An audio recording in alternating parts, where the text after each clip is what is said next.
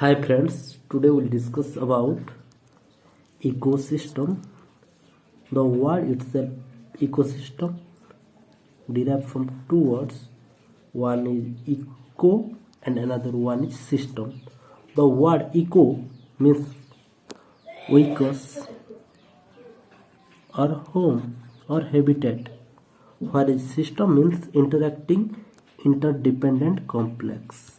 Okay. So today we'll discuss about ecosystem types and components of ecosystem. चलते हैं next slide पे। तो ecosystem का मतलब क्या है कि ecosystem means this is the relationship between living organism and non living component, right?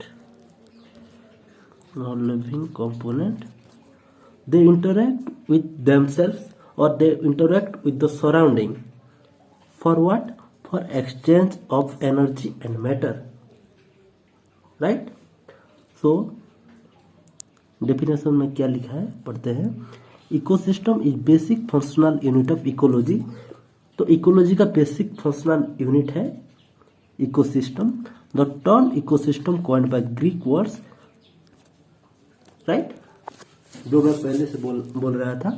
तो डेफिनेशन क्या है इकोसिस्टम का?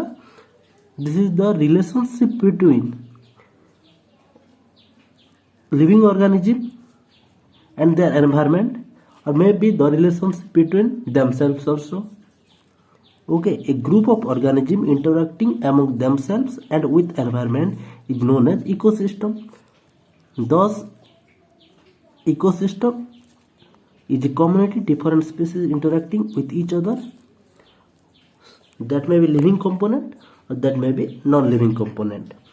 So, both living component and non-living component, what they do? They exchange what? They exchange energy and matter, right? So, what are some examples of ecosystem? So, pond ecosystem, right? Pond ecosystem, terrestrial ecosystem. In this case, the ecosystem are interacting interdependent complex. They cannot live without another components or another person or another organism. Like animals cannot synthesize their food directly but depends on plants, right? And plants also require carbon dioxide for photosynthesis, right? For food. So both are beneficial to each other. So ecosystem are interacting interdependent complex. तो हम चलते हैं next slide पे। अब पढ़ेंगे types of ecosystem के बारे में। इकोसिस्टम टाइप्स के बारे में।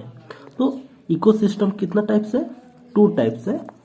एक नेचुरल इकोसिस्टम है और एक आर्टिफिशियल इकोसिस्टम है। ओके, इस स्लाइड में हम नेचुरल इकोसिस्टम के बारे में पढ़ेंगे। नेचुरल इकोसिस्टम के बारे में पढ़ेंगे। तो नेचुरल इकोसिस्टम क्या होता है? Natural ecosystem operates themselves. इसका मतलब उसको खुद वो चलाता है। वो चलाने दूसरे लोगों का सपोर्ट नहीं लगता है। मतलब naturally they operates themselves, right?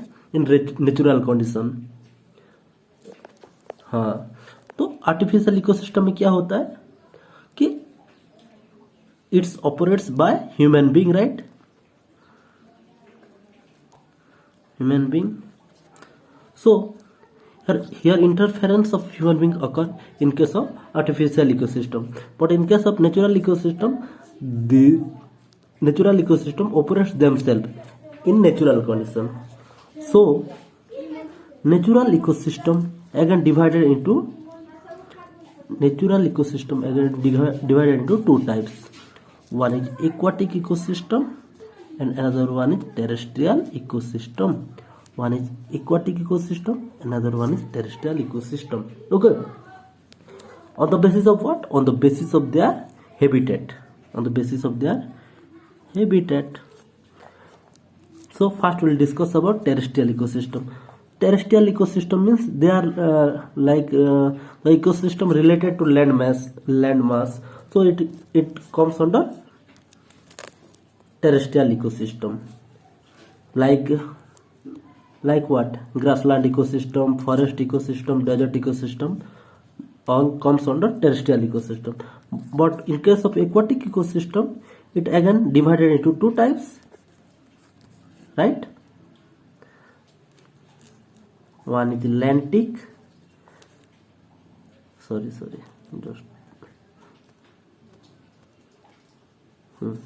Aquatic ecosystem again divided into two types.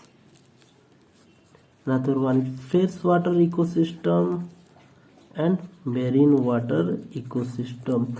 So aquatic ecosystem divided into two types. Just wait, I'm erasing now.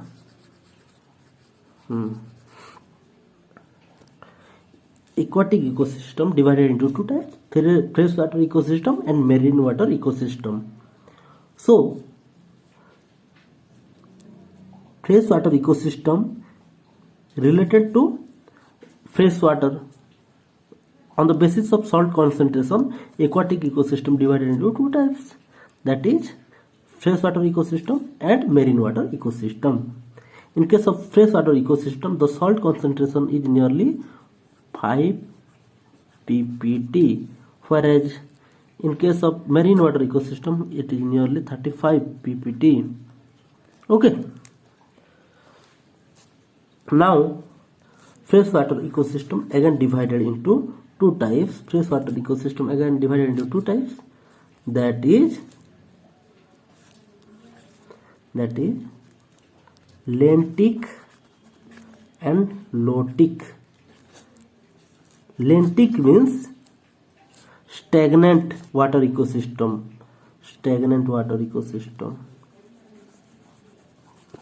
and lotic means running water ecosystem. So लेंटिक water ecosystem में कौन कौन आता है? Stagnant water ecosystem पे इधर लिखा है, देखो स्टैग्नेंट वाटर इकोसिस्टम पे और स्टैंडिंग वाटर इकोसिस्टम पे कौन कौन आता है? पॉन्ड, राइट, लेक आता है. और इनके सब रनिंग वाटर इकोसिस्टम और लेंटिक रनिंग वाटर इकोसिस्टम और लोटिक वाटर इकोसिस्टम में कौन आता है? रिवर, स्ट्रीम्स आते हैं. ओके, गॉट इट ना. तो मेरीन वाटर इकोसिस्टम पे क्या क्या आते हैं? मेरीन वाटर इकोसिस्टम पे इधर सॉल्ट का कंसंट्रेशन ज्यादा होता है, इसीलिए इसको मेरीन वाटर इकोसिस्टम बोलते हैं. Here example of marine water ecosystem is sea source and ocean, like that. Okay, आगे बढ़ते हैं. प्रीवियस स्लाइड पे क्या पढ़ा था? Ecosystem classified into two types, that is natural ecosystem and artificial ecosystem. If it is natural ecosystem, then it is self-operated. If it is artificial ecosystem, then it is man-made or artificial ecosystem, then it operated by human being, right? Human being. Natural ecosystem again divided into, क्या बोला था मैंने previous slide पे? Natural ecosystem again two types, aquatic ecosystem and terrestrial ecosystem, right? Aquatic ecosystem again classified into two types, fresh water ecosystem and marine water ecosystem, right? Fresh water ecosystem again classified into two types, lentic और lotic, right? Terrestrial ecosystem बोल example दिया था मैंने, marine water ecosystem का example दिया था, lentic water ecosystem और lotic water ecosystem भी एग्जांपल दिया था. Now we will discuss about aquatic artificial ecosystem और man made ecosystem, this one. Okay, just wait.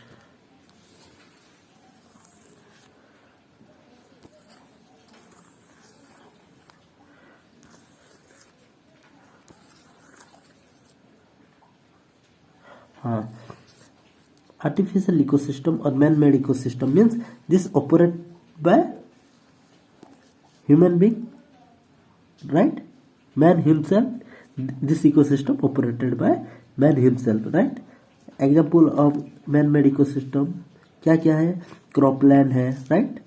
Cropland मतलब जो भी खेती होता है ना, जो चाष होता है, खेती होता है, तो वो क्रॉपलैंड होता है क्योंकि वो operated by human beings, right?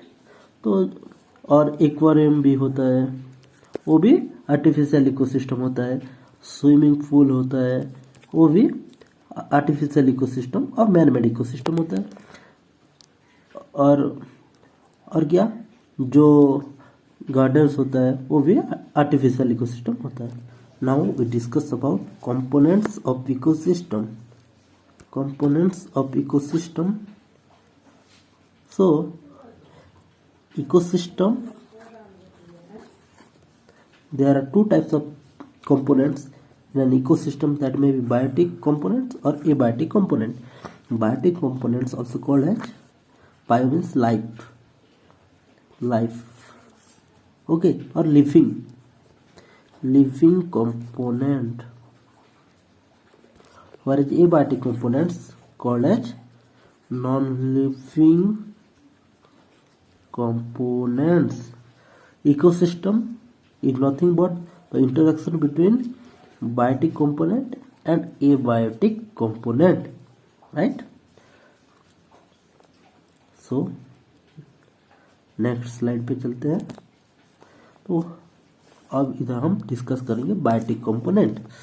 Biotic component मतलब इकोसिस्टम में जो भी लिविंग कंपोनेंट होगा उसको हम बायोटिक कंपोनेंट बोलेंगे। तो लिविंग ऑर्गेनिज्म और living members in an ecosystem collectively forms its community called biotic components और बायोटिक कम्युनिटी। तो सेम स्पीसीज का एक होगा तो इंडिविजुअल बोलेंगे, दो चार रहेंगे तो पॉपुलेशन हो जाएगा, और डिफरेंट स्पीसीज का अगर रहेंगे दो चार species, if they inhabit in a particular area at a particular time, then it is called as community, right? So individual means single organism is called as individual. If more than one individual of same species inhabiting in a particular area is called as population, or more than one species in a particular area at a particular time living in a particular area or at a particular time is called as community, right? So biotic components means they are the living components. They may be individual population, they may be from population, or maybe they are from community. They comes under biotic components. Biotic components, example of biotic components are plant also producer, universal producer plant, ये also biotic component because जिसका life है वो biotic component में आएगा। Animals also biotic component, animals को consumer बोलते हैं। Next slide में पढ़ेंगे हम। तो डिकम्पोजर्स को माइक्रो ऑर्गेनिज्म बोलते हैं। तो माइक्रो ऑर्गेनिज्म के अंदर आता है डिकम्पोजर जो भी, तो वो बायोटिक कंपोनेंट्स के अंदर आएगा, ओके। तो चलते हैं नेक्स्ट स्लाइड पे। नाउ हम क्लासिफिकेशन ऑफ बायोटिक कंपोनेंट के बारे में पढ़ेंगे। तो biotic component, the members of biotic component of an ecosystem are group into three types on the basis of their food habitat. They may be producer, they may be consumer, और they may be decomposer. The biotic components, the biotic organism or biotic components, they are classified into three types: producer, consumer, and decomposer, right? So producer, plants are universal producer, consumers are animals are consumer, and decomposer, microorganisms are decomposer, right? So we'll next slide पे हम पढ़ेंगे producer के बारे में। Producer means they are autotrophs, right? Autotrophs means they have the ability to produce their own food. Producers synthesize their food themselves through photosynthesis.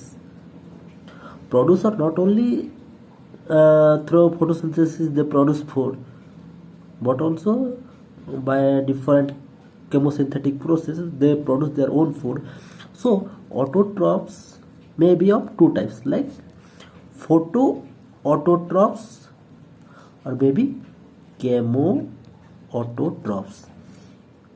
तो जो भी producer है अगर सनलाइट को लेके खुद का फूड खुद प्रोड्यूस करता है तो उसको बोलेंगे हम फोटो ऑटोट्रॉफ्स। तो इधर हम प्लांट के बारे में, प्रोड्यूसर के बारे में पढ़ेंगे, तो फोटो ऑटोट्रॉफ्स के बारे में पढ़ेंगे। तो फोटो ऑटोट्रॉफ्स के लिए क्या चाहिए? सनलाइट चाहिए। तो कौन से प्रोसेस में ये लोग ये करते हैं? फोटोसिंथेसिस के प्रोसेस में फूड प्रोडक्शन करते हैं। तो फोटोसिंथेसिस क्या होता है? जो प्रोसेस में 6 molecule of carbon dioxide and 12 molecules of water molecule in presence of sunlight in chlorophyll and in presence of chlorophyll molecule क्या करता है? 1 molecule of glucose and 6 molecule of oxygen and 6 molecule of water environment को मतलब छोड़ते हैं, तो उसे कहते हैं photosynthesis. The green pigment called chlorophyll present in the leaves of plant the green pigment called chlorophyll present in the leaves of plant convert carbon dioxide and H2O in presence of sunlight and carbohydrate. So जो भी process में carbon dioxide water glucose molecule में convert होता है and oxygen and water as a output निकलता है, वो process को बोलते हैं फोटोसिंथेसिस, किसके प्रेजेंस में? Sunlight and chlorophyll. Okay, now चलते हैं नेक्स्ट स्लाइड पे। तो ये है एक स्लाइड है जो फोटोसिंथेसिस के जो रिएक्शन के बारे में दिया है। कार्बन डाइऑक्साइड है, वाटर है, ग्लूकोज है, शुगर है, ऑक्सीजन है। तो in presence of sunlight and chlorophyll molecule carbon dioxide and water convert to sugar and oxygen. Okay, now चलते हैं second one, that is consumers. First one is producers, second one is consumers. Okay, consumers also called as heterotrophs. Example of heterotrophs are or consumers, they are plant eating species, like we can say herbivores. All herbivores are what? Primary consumers. So I'll say तो consumers को भी classify किया गया है। एक मिनट रुको। Consumers also again classified into 3 types: primary consumer, secondary consumer, tertiary consumer, another one also present, quaternary consumer. So primary consumer are generally herbivores. जो भी consumer plant and plant product को खाता है उसको प्राइमरी कंज्यूमर और herbivores बोलते हैं। Primary consumers are called herbivores that directly depends on the plant and their food, so they are called plant eaters. They also called as plant eaters. Example like कौन है, insect है, rat है, गोट है, deer है, cow है, horses है और like. तो सेकेंडरी कंज्यूमर्स कौन है, जो प्राइमरी कंज्यूमर को जो खाता है उसको बोलते हैं सेकेंडरी कंज्यूमर। टर्शियरी कंज्यूमर कौन है, जो सेकेंडरी कंज्यूमर को जो खाता है वो है टर्शियरी कंज्यूमर। जो क्वाटरनरी कंज्यूमर कौन है, जो टर्शियरी कंज्यूमर को जो खाता है वो क्वाटरनरी कंज्यूमर। अब चलते हैं सेकेंडरी कंज्यूमर पे। सेकेंडरी कंज्यूमर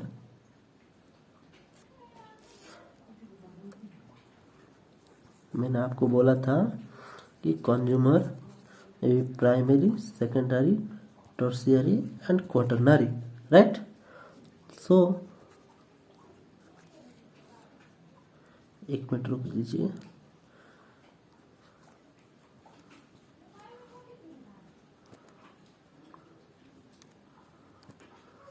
तो कंज्यूमर्स में भी प्राइमरी, सेकेंडरी, टर्शियरी, क्वाटरनरी।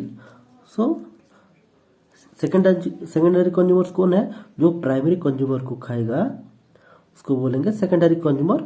और प्राइमरी कार्निवोर्स और प्राइमरी कार्निवोर्स। तो सेकेंडरी कंज्यूमर्स को हम बोलेंगे प्राइमरी कार्निवोर्स, बिकॉज ये पहला बंदा है जो कि एनिमल ईटर होगा, मीट ईटर होगा, राइट। सो प्राइमरी कार्निवोर्स, जो एनिमल एंड एनिमल प्रोडक्ट खाता है उसको बोलते हैं, क्या बोलते हैं, कार्निवोर्स बोलते हैं। तो प्राइमरी कार्निवोर्स होगा, ये क्या होगा, ये प्राइमरी होगा तो सेकेंडरी कार्निवोर्स होगा, ये टर्शियरी कार्निवोर्स होगा, राइट। सो हम सेकेंडरी कंज्यूमर के बारे में पढ़ रहे थे, सेकेंडरी कंज्यूमर के बारे में।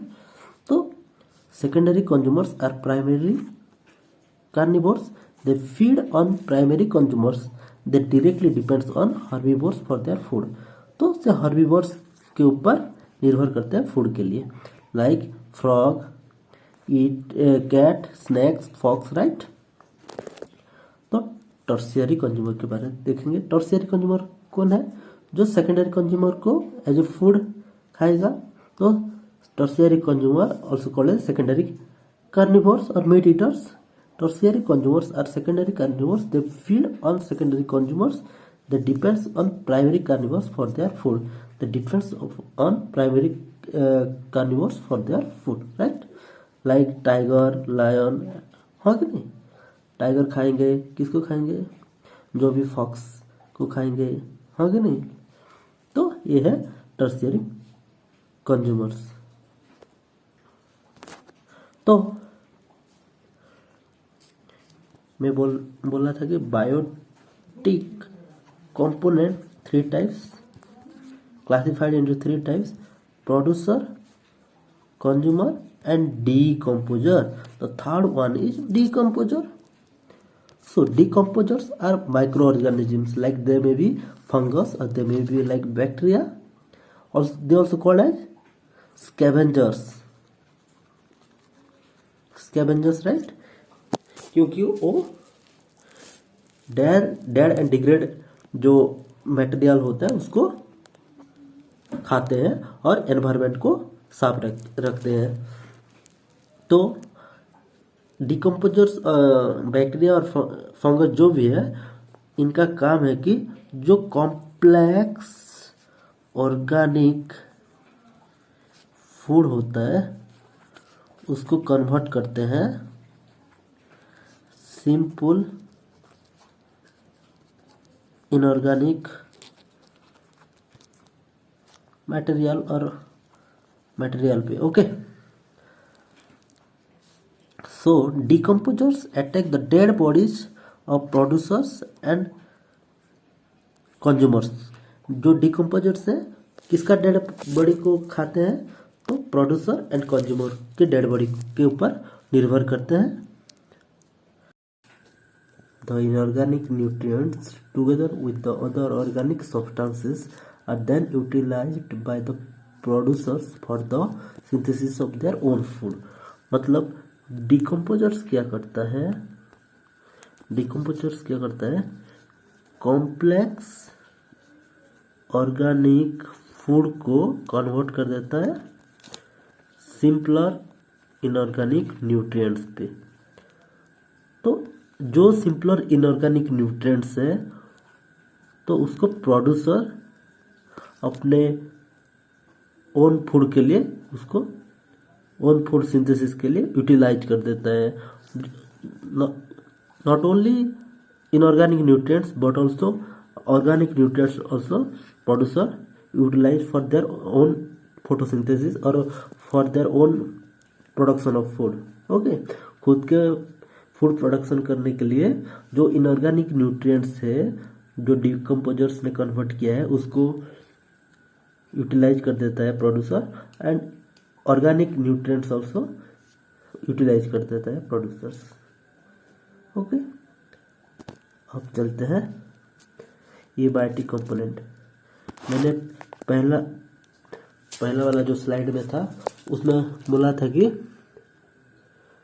इकोसिस्टम का दो कंपोनेंट्स होते हैं, biotic component and abiotic component, right. Abiotic component means non living, the component which don't have any life present in an ecosystem is called as abiotic component। तो abiotic component और non living component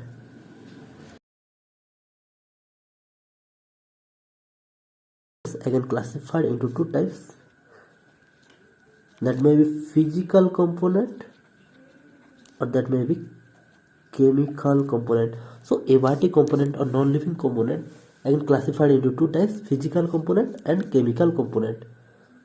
So abiotic component means the non-living components that may be physical or chemical of ecosystem collectively form a community called abiotic components or abiotic community, right। Some examples of abiotic components are like climate है, soil है, water है, air है, energy है, nutrients है। इसके अंदर physical components भी है, केमिकल कंपोनेंट्स भी है। देखते हैं कौन कौन सा फिजिकल कंपोनेंट है, कौन कौन सा केमिकल कंपोनेंट है। फिजिकल कंपोनेंट क्या है? They includes the energy, climate, raw material and living space that the biological community needs. They are useful for the growth and maintenance of its member. तो ecosystem में जो भी members है, biotic components जो भी है, बायोटिक ऑर्गेनिज्म जो भी लिविंग कंपोनेंट्स है, उसके लिए जो उनका मेंटेनेंस एंड ग्रोथ के लिए फिजिकल कंपोनेंट्स नेसेसरी है। तो फिजिकल कंपोनेंट्स दैट में भी एनर्जी, दैट में भी क्लाइमेट, दैट में भी raw material like air, water, soil, sunlight, right. तो एयर भी एक फिजिकल कंपोनेंट है, वाटर भी एक फिजिकल कंपोनेंट है, सॉइल भी एक फिजिकल कंपोनेंट है, सनलाइट भी एक फिजिकल कंपोनेंट है। तो बायोटिक जो लिविंग ऑर्गेनिज्म के लिए एयर भी जरूरी है, वाटर भी जरूरी है, सॉइल भी जरूरी है कि नहीं, सनलाइट भी प्लांट के लिए जरूरी है एंड ह्यूमन बींग के लिए भी जरूरी है एंड ऑल ऑर्गेनिजम्स के लिए भी जरूरी है। तो abiotic components divided into two types, abiotic components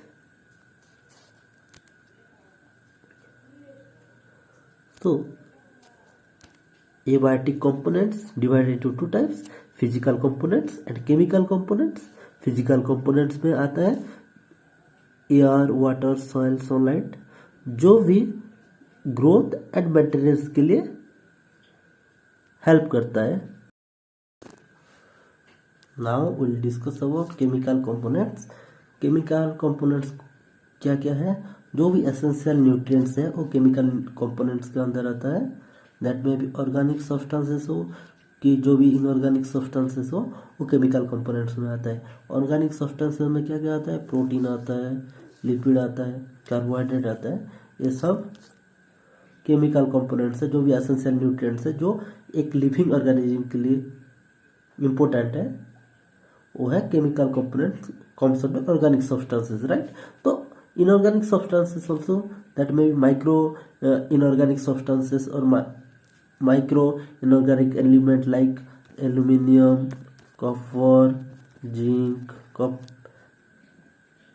copper, zinc जो भी है, ये सब माइक्रो इनऑर्गेनिक सब्सटेंसेस है, माइक्रो एलिमेंट है। और जो भी माइक्रो एलिमेंट्स होते हैं like carbon, hydrogen, oxygen, phosphorus, ये सब है माइक्रो एलिमेंट्स और माइक्रो इनऑर्गेनिक सब्सटेंसेस। ये सब केमिकल कंपोनेंट्स में आते हैं, एबायोटिक केमिकल कंपोनेंट्स पे। तो मिलते हैं नेक्स्ट वीडियो पे। So guys, this is my new channel, so please like, share and subscribe to my channel, and hope you guys like my video, and don't forget to subscribe my channel.